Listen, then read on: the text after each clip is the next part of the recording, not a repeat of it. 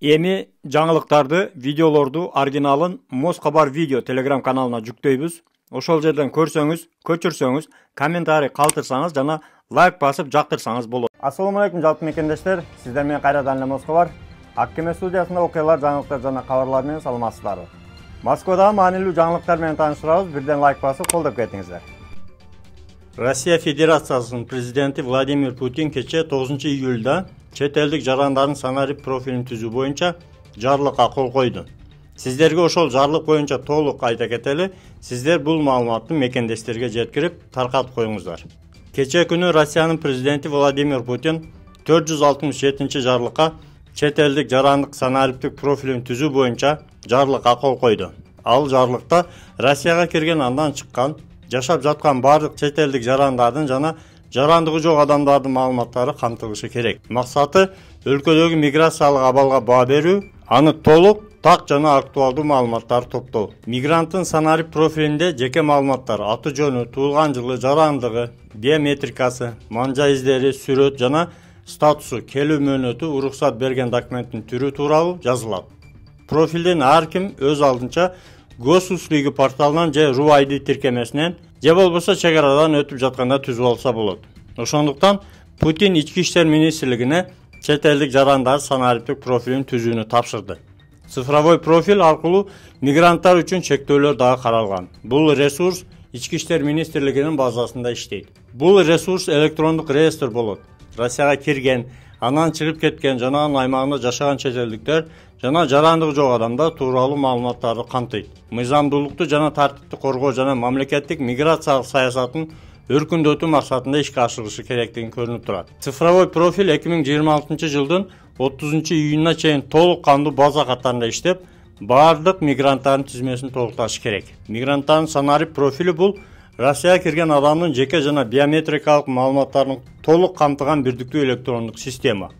Ал чет элдиктерге өлкөдө ар кандай кызматтарды алууга, ал эми мамлекеттик органдарга миграциялык процесстерди көзөмөлдөөгө жана башкарууга мүмкүндүк берет. Мигранттардын профили чет өлкөлүк жаран жөнүндө төмөнкү маалыматтарды камтыйт.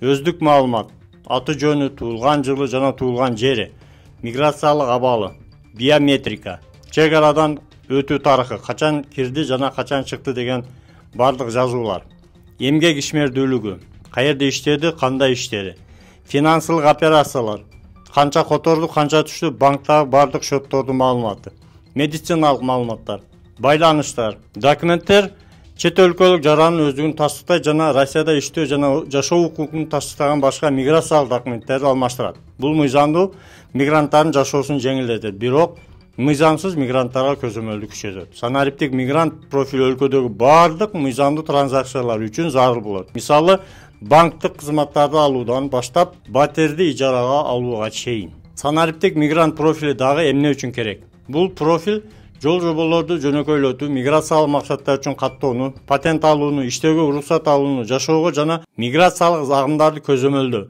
мамлекет чет өлкөлүк жарандардын кыймылын, жүрүү мөөнөтүн жана ишке орношуусун көзөмөлдөй алат. 2026 жылга чейин кагаз документтердин ордуна бардыгы электрондук документтерге алмашат.